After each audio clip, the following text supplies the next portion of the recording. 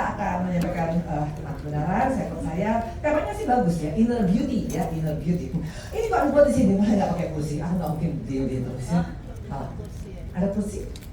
Kursi aku aja kalau nggak? Ya, boleh. Ada kursi di sana. Udah lama kita nggak ketemu ya? Ada berapa ratus tahun dulu? Berapa ratus 1000 tahun ya kalau nggak salah ya. Oke, thank you.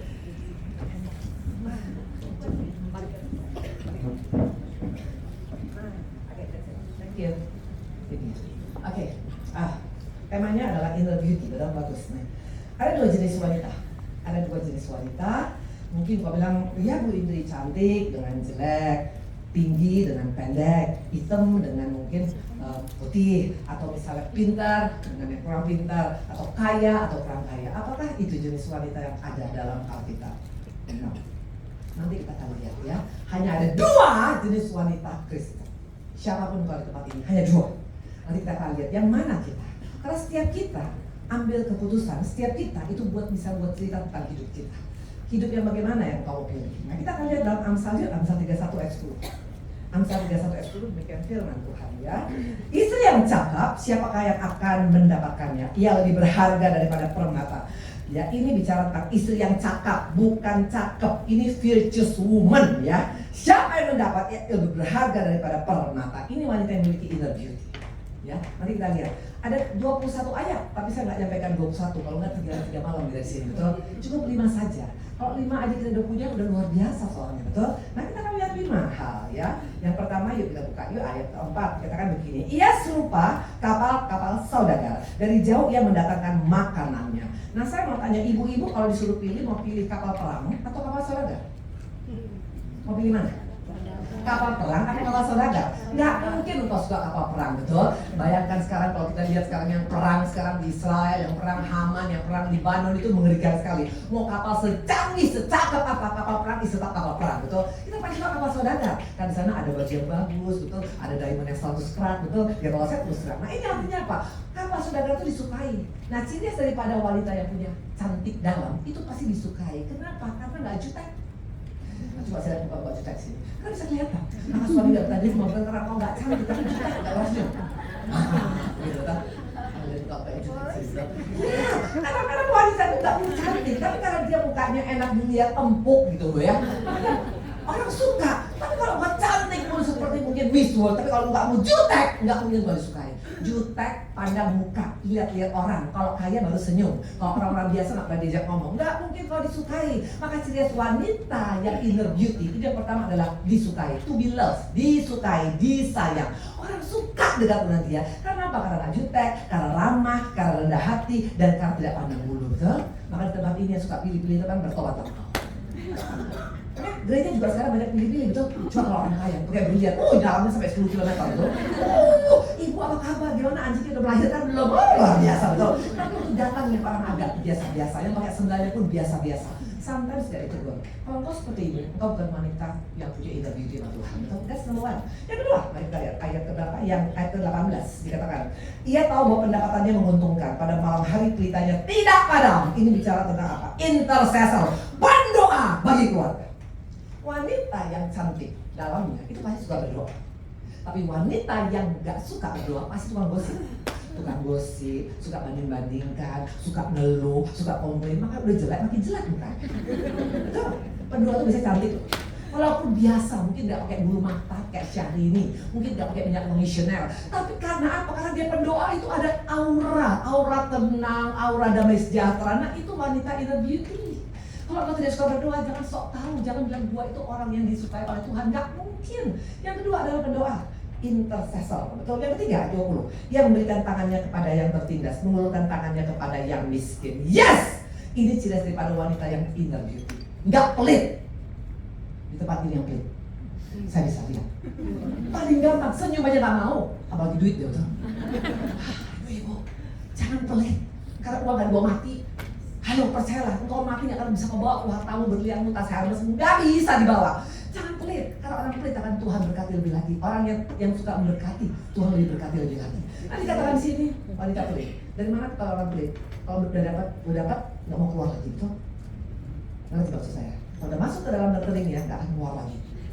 Jangan bangga engkau yang sekedar kaya. Kalau engkau kaya tapi pelit, engkau tidak pernah menjadi wanita yang terbanggaan Tuhan. Yang ketiga, yang keempat, wanita yang kenal kalau orang beli diajak makan, betul?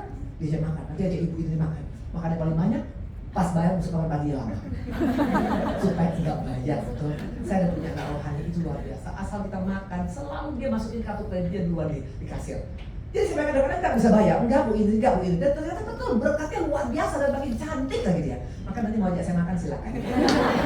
Itu yang ketiga. Yang keempat dikatakan ayat 25 dan 26, pakaiannya adalah kekuatan dan kemuliaan. Ia tertawa tentang hari depan. Ini bicara tentang wanita yang optimis. Wanita yang cantik luar dalam, cantik dalamnya, itu pasti optimis. Orang dekat dengan dia itu ada aura yang beda. Gue dekat dengan dia, gue makin kuat, makin semangat, makin rasanya makin mantap. Karena dia bawa aura yang positif. Tapi kalau engkau pesimis, hanya mengeluh saja bisanya, hanya cuma ngomongin masalah aja, nggak mungkin engkau menjadi pribadi yang punya inner beauty. Kalau masalah, siapa sih tidak punya masalah? Nggak mungkin ibu dia nggak punya masalah. Ibu Indri, masalahku segunung. Tapi gara-gara itu buat aku pesimis. No, karena pesimis itu bukan wanitanya Tuhan. Orang pesimis kelihatan nggak? Kelihatan. Dari cara duduk pun gitu. Tapi kalau optimis cara duduk, yes. Beda, jalannya juga beda. Orang optimis dengan yang pesimis, betul? Cara ngomong juga, kalau ngomong tuh pandang muka, pandang mata. Tapi kalau engkau gimana kabarnya? Aku lah mau mati lah ini. Oke, itu yang keempat. Yang kelima dikatakan ayat 26, ayat 25 dan 26, ia membuka mulutnya dengan hikmat, pengajaran yang lemah lembut ada dalam lidahnya. Nah, wanita yang punya inner beauty itu bijaksana pasti bicara. Bicaranya bertutur katanya pasti wise speech. Asal setiap ngomong kata-katanya itu selalu menguatkan, membangun. Itu wanita yang punya inner beauty. Jadi kalau kata-katamu hanya menjatuhkan orang, hanya juga memvonis orang, nggak mungkin kita punya inner beauty. Nah, kita akan lihat harusnya wanita-wanita Kristen seperti ini. Maka ayat 31 dikatakan, ayat 30 diulang lagi. Kemolekan adalah bohong, kecantikan adalah sia-sia. Tapi istri yang takut akan Tuhan dipuji-puji. Tuhan akhir zaman ini mencari wanita yang seperti ini. Jangan kau bangga hanya jadi Kristen. Mau kau Kristen 100 tahun pun, tapi kalau kita tidak dipuji oleh Tuhan, kita tidak akan bisa bertahan. Karena hanya wanita yang dipuji akan bisa bertahan di akhir zaman ini. Dipuji Tuhan bukan karena Tuhan angkat telah. Dipuji Tuhan bukan karena engkau kasih perpuluhan di tempat ini. No, dipuji Tuhan karena engkau punya inner beauty. Nah, kita lihat tadi, apakah semua wanita Kristen seperti ini? Nah, ternyata banyak wanita-wanita Kristen yang ada di gereja, NDC, tapi bukan NDC di sini, NDC-nya di Alaska. Ternyata tidak punya karakter seperti yang saya sampaikan tadi. Nah, dikatakan bukan hanya sekedar tidak punya, betul, tapi dikatakan dia menjadi toxic, toxic. Hati-hati ya dua wanita toxic atau wanita inner beauty. Which one are you? Mari kita akan lihat, ya. Kita akan ambil contoh hari ini, ada 5. Dari keturunan orang-orang hebat, dari keluarga-keluarga orang yang takut akan Tuhan, dari suami-suami yang sangat mengasihi Tuhan, tapi keluarlah istri-istri yang toxic semuanya. Dan akibatnya hancur semua hidup. Karena toxic itu mengerikan. Tadi saya mau bawa itu, tapi saya takut dan saya ditangkap di bawah. Karena selalu saya begini, saya bawa sesuatu, nanti barangnya banyak banget ini. Ini agak banyak yang dibuat.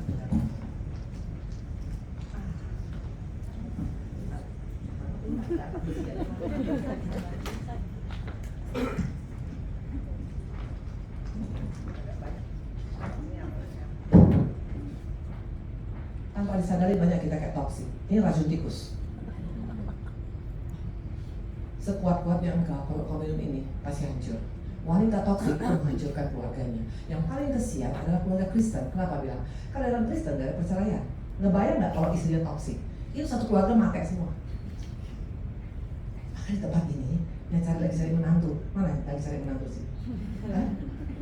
Oh, masih 17 tahun semua. Jangan cari hanya menantu mesti perempuan kaya, cantik. Tapi betul-betul yakinkan bahwa dia punya inner beauty. Kalau dia toksik dalam keluarga anakmu, hancur semuanya. Mana buktinya kita akan lihat? Ada 5 ya. Ini orang-orang yang tahu kebenaran semua.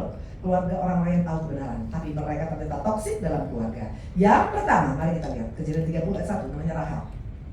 Kejadian 30 ayat 1. Ketika lihat Rahel bahwa ia tidak melahirkan anak bagi Yakub, cemburulah ia kepada kakaknya lalu berkata pada Yakub, berikan padaku anak, kalau tidak aku akan mati. Maka bangkitlah amarah Yakub terhadap Rahel dan berkata, engkau mengganti Allah yang telah menghalangi engkau mengandung. Kata Rahel, ini Bilha budakku perempuan, hampirilah dia supaya aku melahirkan anak di pangkuanku dan supaya oleh dia aku pun punya keturunan. Maka diberikannya lah Bilha budak itu kepada Yakub menjadi istrinya, dan Yakub menghampiri budak itu. Bilha mengandung dan melahirkan anak laki-laki bagi Yakub. Apa kehancuran daripada keluarga Yakub? Kenapa? Bukan karena ada orang ketiga, karena ada istri yang toksik.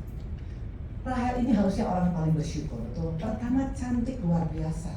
Cantik, siapa yang pengen disebut cantik di sini? Semua kita pengen cantik, betul? Kalau bisa muka kita nggak tua-tua, betul? Betul ya? Maka sekarang laku tuh, ya dokter kecantikan lagi laris-larisnya. Nah, Rahel ini cantik, nggak perlu pakai botok, nggak perlu pakai filler. Dia nggak perlu ke Korea. Cantiknya, cantik alami, betul? Dan saking cantiknya sampai Yakub tuh cinta mati, sampai 14 tahun bekerja. Harusnya kan dia bersyukur dong, betul? Nah ini orang-orang wanita yang gak suka bersyukur. Dia gak pernah mau kalah, orang lain lebih, gua mesti lebih dari dia. Dia gak bisa terima kakaknya punya anak. Makanya dia paksa suaminya untuk ambil anak muda. Akibatnya keluarga Yakub hancur. Tahu ceritanya kemudian ya? Nah ini akibat daripada seorang Rahel. Harusnya kan Rahel ini kan belajar dari siapa? Belajar dari nenek mertuanya, betul? Siapa nenek mertuanya? Sarah. Betul? Sarah juga melakukan hal yang sama. Makanya seringkali kadang-kadang kita dengar firman, ibu-ibu, kalau engkau dengar baca Alkitab, Alkitab itu bukan hanya untuk orang yang sukses, tapi ada juga orang yang gagal, tapi akhirnya bisa berhasil. Belajar dari sana, jangan dia udah pernah jatuh, kita juga jatuh di tempat yang sama. Itu namanya on beko. Rahel kan bisa belajar. Nenek mertuanya, gara-gara dia kasih budaknya, hancur keluarga Abraham. Betul? Tetapi dia lakukan hal yang sama. Nah seringkali kita seperti ini. Tadi katakan ini wanita yang tidak punya inner beauty, ini toksik. Dan lihat akibat toksik. Akibat toksik gak main-main loh ibu-ibu. Mari kita buka. Kita buka ayatnya, Kejadian 35 ayat ke-16. Sesudah itu berangkatlah mereka dari Betel. Ketika mereka tidak berapa jauh dari Efrata, bersalinlah Rahel dan bersalinan itu sangat sukar. Ayat 19 dan 21. Demikianlah Rahel mati, lalu ia dikubur di sisi jalan di Efrata, yaitu Bethlehem. Yakub mendirikan kubur di atas kuburnya, itulah tugu kubur Rahel sampai sekarang. Sudah itu berangkatlah Israel, lalu ia masang kemahnya di seberang Migdal Eder. Perhatikan baik-baik. Dia udah punya anak Yusuf. Harusnya kan udah cukup oke dong, betul? Karena dia susah punya anak, dia mandul. Satu kan juga luar biasa. Tapi Rahel ini gak mau kalah. Dia lihat ada Simeon, ada Ruben, gila. Si Lea punya anak 6 laki-laki. Masa gue cuma 1? Dia paksakan hamil lagi. Dan hamilnya sukar. Akhirnya dia meninggal. Dan meninggal di tengah jalan, dikuburkan di tengah jalan. Gak pernah bersama dengan Yakub. Orang toksik, bagi sendiri. Oke, hari-hari ini, kalau engkau tidak bisa bersyukur keadaanmu, kalau engkau hanya menuntut, kalau engkau tidak pernah bisa bersyukur, kalau engkau selalu pakai ini, maka saya selalu bawa ini. Selalu menuntut. Gak mau melihat apa yang kau punya. Lihat apa yang kau punya, jangan cari apa yang kau gak punya. Kalau engkau lihat kekuranganmu selalu, kau tidak akan pernah puas. Itulah Lea, itulah Rahel. Akhirnya dia mati konyol di tengah jalan. Dikuburkan di tengah jalan, sedih banget pada cintanya Yakub. Yakub dikuburkan dengan siapa? Dengan Lea. Rugi kan? Halo? Maka tempat dia suka menuntut, engkau yang menggali kuburan diri sendiri. Belajar bersyukur. Muka-muka orang menuntut kelihatan sama saya soalnya sih. Gak pernah puas. Nikmatin. Tapi Bu Indri, rumah saya kecil. Halo, masih banyak yang gak punya rumah ibu-ibu. Tapi Bu Indri, suami saya gajinya kecil. Masih ada banyak yang gak bekerja. Apalagi sekarang banyak PHK masal. Tapi Bu Indri, saya berapa ya, badan saya gak menarik Bu Indri. Minimal masih punya tangan. Daripada gak punya tangan, mau punya mana? Kalau kau bisa melihat dari sana, bisa bersyukur dalam segala hal. Tapi kita selalu melihat yang gak kita punya. Makanya kita selalu komplain, marah, menuntut. Itulah Rahel. Makanya Rahel selalu menuntut. Dan bukan hanya sekedar menuntut. Dia juga suka kayak ini, saya pernah bawa ini kan. Amin. Ternyata Hamas ada di sini. Kalau kau hanya menyerang, suami itu terus-terusan kau serang. Gak akan bisa kau pribadi yang punya inner beauty. Kita hancurkan keluarga kita karena ada orang ketiga, kita sendiri, karena tidak bisa bersyukur untuk apapun keberadaan. Halo? Yes? Rahel. Siapa Rahel? Bukan orang yang gak ada di NDC, ada di NDC. Tidak jadi jaminan kau Christian. Kalau kita tidak bisa bersyukur, engkau menggali lubangmu sendiri. Amin. Amin. Saya dulu juga suka ngomong, suami saya dicerewetin tak ampun betul. Tapi Tuhan ingatkan, masih mending suami lu cerewet daripada stroke, mau gimana? Sih, Balikan cara berpikir yang kau rubah, mindsetmu akan membuat engkau tetap bisa bersyukur. Itu yang pertama. Siapa namanya? Rahel, betul? Yang kedua, mari kita lihat yang kedua. Siapa yang kedua? Yang juga toksik. Kejadian 16 ayat 2. Berkatalah Sarai kepada Abraham, engkau tahu Tuhan tidak memberi aku melahirkan anak. Karena itu baiklah hampiri hambaku. Mungkin oleh dialah aku dapat memperoleh seorang anak. Abraham mendengar perkataan Sarai. Jadi Sarai istri Abraham mengambil Hagar hambanya orang Mesir, yakni ketika Abraham telah 10 tahun di tanah Kanaan. Lalu berinya kepada Abraham istrinya, suaminya, untuk menjadi istrinya. Abraham menghampiri Hagar, lalu mengandunglah perempuan itu. Ketika Hagar tahu bahwa ia mengandung, maka ia memandang rendah akan nyonyanya. Problem diundang masuk oleh siapa? Oleh Sarah. Kenapa? Karena Sarah ini orangnya selalu aja pikirannya overthinking. Kalau engkau overthinking, selalu mereka-reka, asumsi, jangan-jangan, dia pergi ke ginekolog, dia punya dokter ginekolog. Dokter objinnya bilang gini, gak bisa Ci, karena udah menopause, gak bisa punya anak. Dia percaya sama objinnya lebih daripada janji Tuhan. Kalau janji Tuhan kepada Abraham, maka anakmu sebanyak pasir di laut, sebanyak bintang di langit. Makanya hari-hari ini ibu-ibu, daripada engkau hanya dengar omongan orang pakai saring. Karena kalau engkau tidak saring, apa yang kau dengar, engkau akan cepat overthinking. Jangan-jangan, kayaknya, tapi, nanti, mungkin, mampuslah kita itu. Kemarin itu cucu saya lahir, beratnya 3,2 kilo. Cakep, lucu, tapi ke hari ketiga kuning habis. Dan kuning habis, akhirnya masuk rumah sakit lagi, disiram pakai 2 lampu. Dan akhirnya agak lumayan, anak saya pulang. Ternyata sudah 2 hari, 1 hari di rumah, anak saya bilang, betul, anak saya dengan mantu saya dulu sama dokter. Ya, ini kayaknya nggak beres kuningnya. Coba lihat matanya. Anak saya bilang, ayo kita bawa ke rumah sakit. Ternyata betul, dia punya deliriumnya tinggi sekali. Nah, dokter bilang apa? Dokter bilang apa? Ini anak kemungkinan akan buta. Ini anak kemungkinan akan tuli. Dan ini anak kemungkinan akan retarded karena dia kena tokso. Bayangkan, itu bukan kata-kata yang enak loh ibu-ibu. Itu bukan vonis yang enak. Itu lebih daripada film Turki, film Korea, betul. Waktu saya mendengar itu, apakah membuat saya langsung ciut, marah sama Tuhan, kecewa, langsung berkata jangan. No! Kami langsung, saya telepon semua berdoa saya. Ketua berdoa saya ada 100. Ada di Medan, ada di Bandung, ada di Surabaya, ada di Jakarta. Saya telepon, tolong bantu doa buat Tobi. Semua berdoa puasa, semua mohon belas kasihan Tuhan. Dan kami perkatakan yang positif.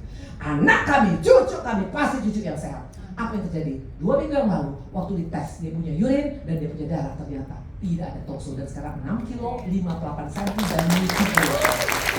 Hari-hari ini, siapa yang kau dengar? Sarah kebanyakan banyak minta masukan, maka jangan banyak minta masukan sama orang. Karena masukanmu dari Alkitab. Kata Tuhan, sama satu orang sungguh-sungguh sisi rumah sama. Biru-biru Tuhan berikan kesembuhan. Anak orang benar tidak akan hidup minta-minta. Itu masukanmu, jangan masukan. Misalnya masih cici, masih cucu, masih cocok. Apa bingung? Akhirnya kau bingung, semuanya jadi bingung. Kak Sarah bingung, dan akibat bingung lihat. Yang mengerikan, dia bisa pengaruhi suaminya yang orang baik tuh. Coba lihat, mana? Menjadi suami yang sangat-sangat tidak manusiawi. Mana buktinya? Ayo kita lihat. Ya, bahkan tempat ini wanita toksik itu bahaya. Kita buka Kejadian 21 ayat ke-14. Keesokan harinya, pagi-pagi Abraham mengambil roti serta sekirbat air dan memberikan pada Hagar. Ia meletakkan itu beserta anaknya di atas bahu Hagar. Kemudian disuruhnya perempuan itu pergi. Maka pergilah Hagar dengan mengembara di padang gurun Beersheba. Tidak main-main. Seorang Abraham yang kaya raya, minimal kasih dong antam, betul, 1 kilo, betul. Sekarang berapa harga antam? Dia kaya raya, dia punya semuanya. Masa hanya cuma roti dengan hanya cuma air dikirbat? Kalau bukan karena pertolongan Tuhan, mati itu Hagar mais meleleh. Hari-hari ini, suami yang baik sekalipun, suami yang takut akan Tuhan sekalipun, kalau punya istri yang toksik, itu bahaya. Maka di tempat ini pilihanmu hanya 2. Mau bertahan toksik, atau mau bertahan menjadi pribadi yang punya inner beauty dalam Tuhan. There is no choice. Bukan masalah kaya miskin sih, tapi masalah mau jadi apa kita. Itu yang kedua. Siapa dia namanya? Sarah. Ya, dia sampai bisa mempengaruhi suaminya. Betul-betul tidak punya peri kemanusiaan. Bayangkan seorang anak kecil pergi ke padang gurun dengan istri yang sangat-sangat lemah pasti. Itu dalam keadaan hanya 1 kirbat air. Kita aja minum minimal 2 liter, betul? Kalau olahraga 3 liter, betul? Ini cuma 1 kirbat. Mati di padang gurun. Makanya hari-hari ini, waktu engkau punya toksik, efeknya mengerikan bagi anak kita, bagi cucu kita, bagi cicit kita, bagi suami kita, bagi mertua kita, bagi orang tua kita. Fatal.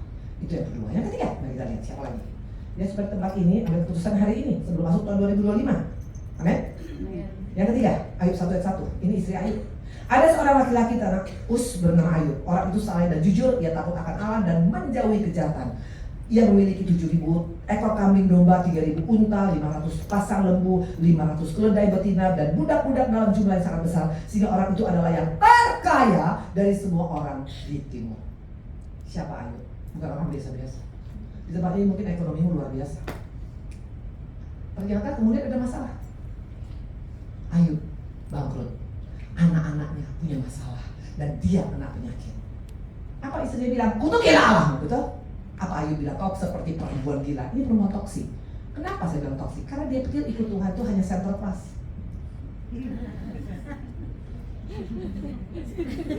Kau pikir ikut Tuhan hanya hari ini doang, besok dijawab Tuhan. Sometimes gak seperti itu. Halo, ikut Tuhan tuh sometimes seperti ini. Gak selalu seperti pop mie. Kalau pop mie diseduh 1 menit, itu jadi bisa dimakan. Sometimes ikut Tuhan tuh seperti ini. Telur, rebus telur. Siapa suka makan telur sini? Saya makan telur 10 setiap hari, makanya tahu. Betul? Hard boiled egg. Kalau ibu-ibu mau tetap sini sehat, makan telur banyak-banyak. Jangan makan jangan banyak-banyak. Telur ini direbus, ini makan waktu ngerebusnya. Nggak mungkin cuma direbus cuma 1 menit. Nah tapi akhirnya menjadi berkat. Nah ikut Tuhan juga sometimes ada masalah. Sometimes doamu nggak langsung jawab oleh Tuhan. Nah siapa istri Ayub ini? Dia nggak ngerti. Makanya ibu-ibu harus mau dimuridkan, harus mesti ikut tertanam di bait Allah supaya engkau bisa berbuah segar di masa tuamu. Jangan Kristen jalan-jalan. Hari ini PD di sini datang, nanti PD di sana datang, ada di sana hadiah datang, apalagi Natal betul. Semua didatengin. Engkau sedang datangin semua PD lagi Natal, nggak akan buat engkau bertumbuh. Tapi kalau engkau mau dimuridkan, memang dimuridkan tidak enak, tapi buat engkau bertumbuh. Istri Ayub nggak mau dimuridkan, dia suka ikut PD kemana-mana. Kalau sekalian nampang gitu. Halo? Ya. Rotan. Sampai ikut Tuhan juga bisa dirotan. Kenapa Tuhan rotan? Karena Tuhan nggak mau kita sampai tersesat. Sama seperti gembala yang baik, waktu dombanya itu mulai kemana-mana, dia pukul supaya tetap di on the right track. Jadi jangan pernah pikir Tuhan itu selalu baik. Kalau kita dalam keadaan aneh, Tuhan terpaksa hajar. Tapi ingat, dihajar oleh Tuhan gak pernah mati. Dihajar oleh Tuhan menjadi mendatangkan kebaikan. Saya dihajar oleh Tuhan banyak. Salah satu di antaranya hotel 2,7 hektar dibakar. Wih, 2,7 hektar mau dibakar. Kenapa dibakar begini? Gampang, sederhana. Karena punya diskotik. Waktu Tuhan hajar, memang awalnya marah. Tapi sudah mengerti sekarang, untung Tuhan hajar. Kalau enggak, saya ada di edisi hari ini. Halo? Perhatikan. Kenapa istri Ayub bilang perempuan gila? Karena gak mau dimuridkan. Maka tempat dia gak mau dimuridkan, apa namanya? Gila. Karena ini akhir zaman ibu-ibu. Jangan kau pikir kau aman. Gak aman. Karena iblis akan pakai itu telingamu. Gak mungkin hancur lo, laki lo. Tapi kalau kau dimuridkan, kau kuat. Engkau tahu jawabannya apa. Makanya Yesus ke dunia ini datang bukan cari pengikut, cari murid. 12 murid yang bisa mengoncangkan dunia. Tapi pengikut nanti akan menyalibkan Yesus. Amin. Amin. Siapa yang mau dimuridkan? Daftar kepada ibu. Jangan jalan-jalan aja, pindah lagi hari Senin, Selasa, Rabu, Kamis, Jumat, Sabtu, Minggu, eksis terus tapi gak bertumbuh. Dari mana ketahuan buahnya? Tetap jutek, tetap ada muka, tetap gak bisa mengucap syukur. Itu baru buahnya. Tapi orang yang walaupun dia hanya dimuridkan di tempat yang biasa, tapi ada buah yang keluar, itu wanita individu Tuhan. Amin. Ambil keputusan hari ini. 2025 akan banyak tantangan. Akan banyak tantangan. Peperangan sudah di depan mata. Bahkan peperangan dunia ketiga di depan mata. PHK besar-besaran. Banyak yang digoncang. Indonesia akan banyak digoncang. KFC sekarang udah tutup banyak di mana-mana. Perusahaan-perusahaan sekarang banyak di mana-mana. Karena nggak sanggup. Pajak dinaikkan dan 12%. Wow, ramai tidak. Tapi kalau engkau tahu kebenaran, akan beda hidup kita. Amin. Amin. Yang orang nggak mau dimuridkan namanya apa? Gila. Gua gila. Karena dia pilih itu. Makanya cari firman. Nih, gue buat dengar. Nih, cari firman tuh jangan yang firman susu. Nih. Hanya maunya yang enak aja betul. Berkat kecil. Gak usah lupa cari berkat. Kalau udah waktu Tuhan, gak ada yang bisa. Cari firman yang mengkoreksi diri kita, yang mengubah hati kita, pikiran kita, supaya kita punya pikiran seperti Kristus, hati seperti Kristus. Nah kalau saya diundang, itu pasti gak enak semua filmnya. Risiko, paling gak diundang lagi, gak ada masalah, saya udah diundang apa. Karena buat saya apa gunanya? Apa gunanya kau jadi Kristen tapi kalau engkau tidak mengerti tentang kebenaran? Makanya kayak istri Ayub, kurang apa kayanya minta ampun. Paling kaya, masa aja gara-gara punya masalah aja langsung disuruh kutuki Allahnya. Hanya mau enaknya, itu perempuan apa? Gila. Apa? Gila. Bukan gila. Gila. Itu yang keberapa?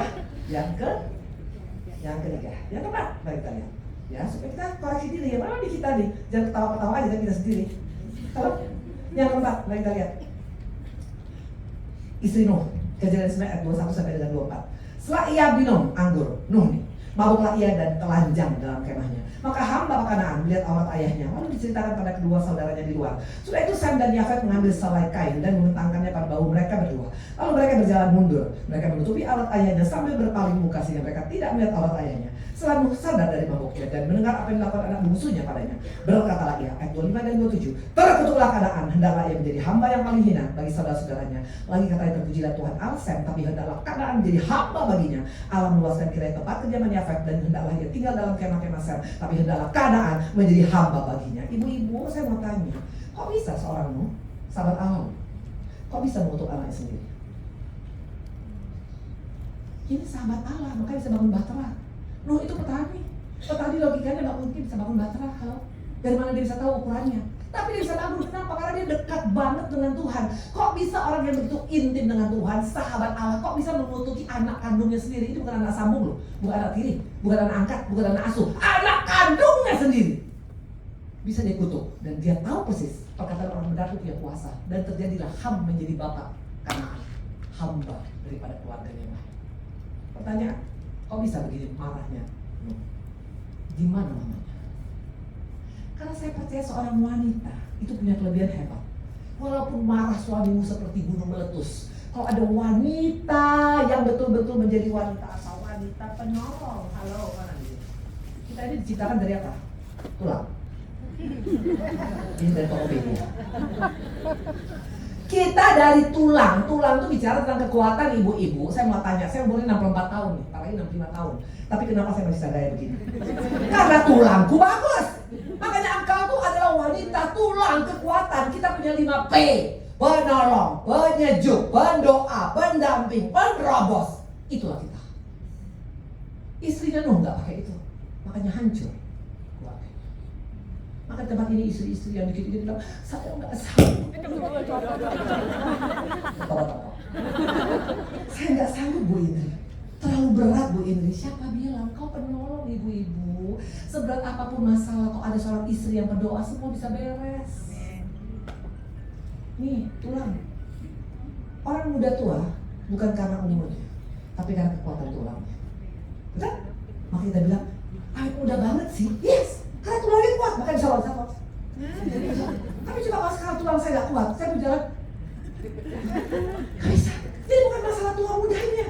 Tulang itu kekuatan, pakai dong kekuatanmu. Wanita punya inner beauty, itu dia pakai kekuatannya. Makanya tidak gampang menyerah. Saya punya pegawai, itu di Medan. Memang pegawai orang Batak itu yang beda. Ada orang Batak sini nggak tahu? Saya terus terang saya selalu jadi orang Batak. Tapi saya juga selalu kalau berpikir jadi orang Chinese, apa mana aja.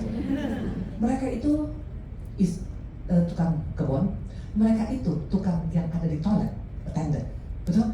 Saya suka ajak mereka ngomong. Saya tanya, anakku berapa? Saya pasti dalam pikiran saya anaknya kapan SMA kerja, betul? Atau mungkin anaknya mungkin nggak selesai sekolah. Tahu apa yang dijawab kemarin saya pas tanya, anak kamu di mana? Iya Bu, ini terima kasih untuk waktu itu dapat beasiswanya. Anak saya sekarang ambil S3 di Taiwan. Cuman housekeeping. Dan dua anaknya, satu S3 di Taiwan, ambil kimia, dan yang satu lagi ambil S3 di Taiwan juga, sama ambil kimia. Wow! Saya punya tukang rumput saya. Saya bilang, kamu kan pintar banget, bagus, ayo saya bikin kamu di housekeeping. Gak usah Bu, saya suka sini. Anak kamu ada berapa? Ada 4. Sekolah apa? Semua sudah sarjana Bu, dan beasiswa. Wow! Kenapa? Ibu yang hebat. Maka tempat ini ibu-ibu yang anak bermasalah, cek diri ya. Mungkin kerjamu hanya nonton Korea sama nonton Turki. Kalau kau tuntut ibu yang militan, engkau ada punya kekuatan pendoa, penolong, penerobos, pendamping. Akan beda. Saya tanya, kok bisa? Emang kalian sekolah apa sih? Saya sekolahnya tamat SD. Tapi setiap anak saya belajar, Bu. Kalau dia capek saya pijat, dan kalau dia misalnya agak ngantuk, saya dampingin dia. Dan anaknya selesai. Bahkan ada yang kedokteran dari Undip. Coba tepuk tangan. Ini bukan asal saya ngomong, ini apa? Ibu tuh buat sejarah. Bagaimana dengan kita? Yang keberapa sekarang? Yang kelima, betul? Yang kelima. Kita lihat yuk. Yang kelima. Yang pertama tadi siapa? Rahel. Kenapa dia? Ya, kenapa dia bisa cemburu? Karena dia tidak bisa bersyukur. Betul? Belajarlah bersyukur itu beradaanmu. Amin. Jangan hanya lihat kekurangan kita, tapi Bu Indri saya pendek. Ya jangan lihat pendeknya. Lihat minimal engkau dalam keadaan masih punya hidung, betul? Ya, kalau hanya lihat kekurangan kita, nggak pernah bisa bersyukur. Halo. Yang kedua tadi adalah siapa? Sarah. Sarah ini orangnya overthinking, mikirnya terlalu jauh. Anak baru lahir udah mikir nanti kawinnya di gedung apa ya? Saya punya anak rohani, dia kena cancer Ibu Widya. Udah sembuh, udah cancer. Pas saya ketemu, wah luar biasa ya kamu sembuh. Tapi nggak tahu juga Bu Indri, bisa tahun depan datang lagi loh cancernya. Luar. Kalau engkau overthinking, hidupku nggak akan happy. Belajar menikmati apa yang Tuhan kasih. Kalau saya pikirkan semuanya, wah. Waktu ada yang bilang begini, Bu Indri hati-hati loh. Engkau beda dengan Pak Ari itu 15 tahun. Suami saya sekarang mulai 50, saya 65 tahun kan. Nanti bahaya, nanti ibu ini sudah menopause, sudah tua. Menopause, 100 tahun yang lalu dia udah menopause sekarang itu ya? Apa hubungannya menopause buat saya? Nggak ada loh, mau menopause kok, menopisi kek. Yang penting kalau kau dalam Tuhan, tetap kau bisa keren. Maka saya nggak pernah memikirkan itu. Kalau kau pikirkan langsung, nanti aku umur 78 tahun, suamiku masih 65, masih umur kedua, makin aku. Itu bukan urusan kita. Halo, kalau kau terlalu banyak mikir, kau ya stres sendiri, mati sebelum selesai. Oh, saya nggak mau seperti itu, saya nikmatin hidup ini. Sekarang bisa aku nikmatin, aku nikmatin. Nanti gimana nanti? Yang penting bersama dengan Tuhan tidak pernah dipermalukan. Nah, yang terakhir adalah siapa? Yang terakhir dikatakan adalah istri Lot. Kejadian 19 ayat 26. Tapi istri Lot yang berjalan mengikuti dia menoleh ke belakang, lalu menjadi tiang garam.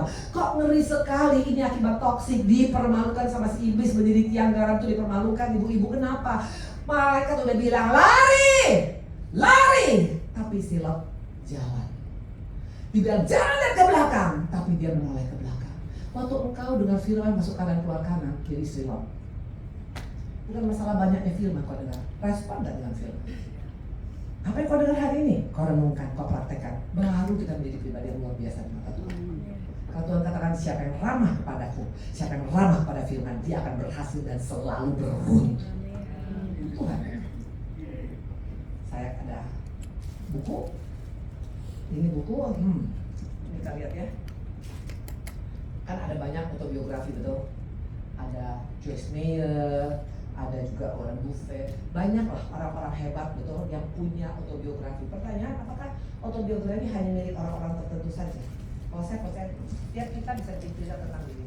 Betul? Ini saya bawa. Ini ada buku ya, betul ya. Kita tuh tas kosong dulu. Aja main anak-anak kecil aja nih. Ya. Nih, lihat. Oke.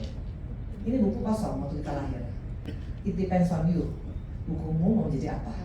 Ceritamu tentang apa? Kalau engkau hanya cuma coret-coret, hidup gak benar, ngutang gak bayar, maki-maki orang, pegawai pembantu baru sebulan dipecat lagi, betul?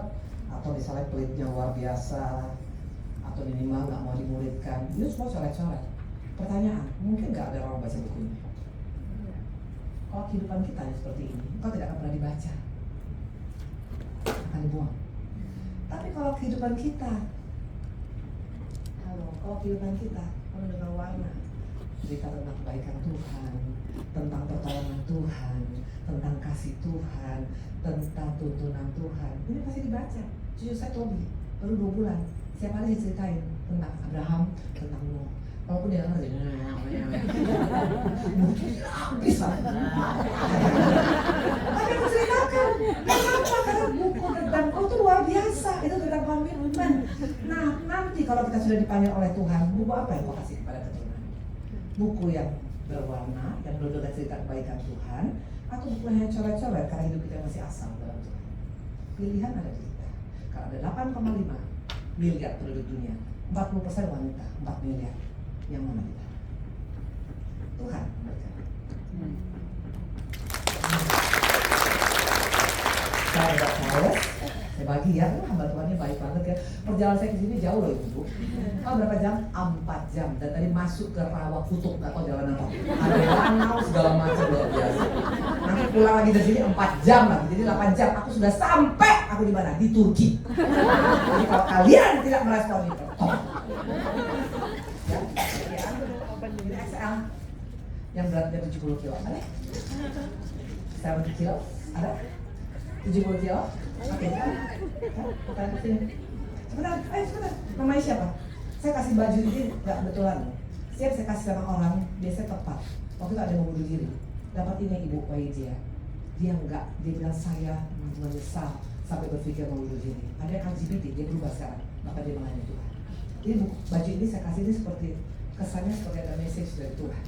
Saya percaya saya sudah cetak hampir 2.000.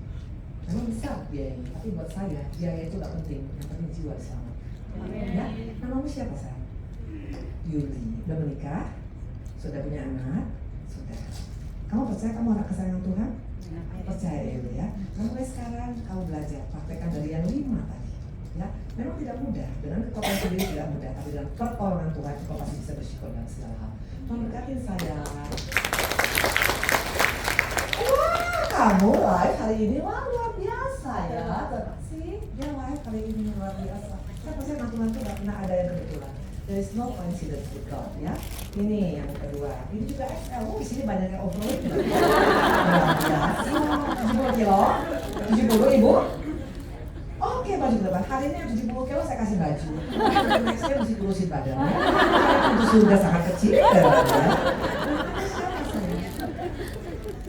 Novel kalau udah pertama ketemu Ibu ya, ini luar biasa. Ini aku sendiri belum kenal, tapi aku dengar dari saya punya anak rohani, dari aku baik lupa mau bisa nge-blend diri saya.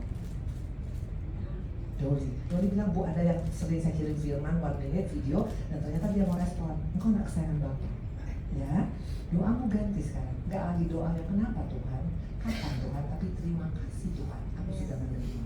2025 Tuhan akan bukakan perkara yang luar biasa. Ya saya. Satu lagi ya. Satu lagi. Semua diberkatin nggak? Diberkatin ya. Ayo. Di sini semua makan samcan ya semuanya. 60 kilo. 60. Ya Ibu kam yang di belakang. Kam cepat Ibu. Ya Ibu. Ya Ibu ini yang diikutin. Ya. Saya nama musik. Semua diberkatin. Mau punya cerita yang mana? Ceritanya mau yang mana? Yang penuh coret-coretan? Apa cerita yang penuh dengan lama? Kebaikan. Namanya siapa sayang? Ini buku ini ibu punya koleksi loh. Jadi ini sekarang 2024. Nanti 2025 keluar lagi. Tapi dengan kata-kata yang berbeda, dengan warna yang berbeda. Ya, jadi kalau mau koleksi, undang saya sering-sering kemarin. Oke, namanya siapa? Ini sudah menikah. Anaknya berapa? 1, 2. Apa yang kamu lagi doakan? Apa yang lagi kamu doakan sekarang? Oke, kamu gak usah takut ya. Anak kamu, selama kamu banyak doakan dia, tumpang tangan dia, peluk dia, kasih waktu dengan dia, dampingi dia, anaknya menjadi anak yang berhasil. Sudah berkati, saya sudah berdiri semua. Mau diberkati?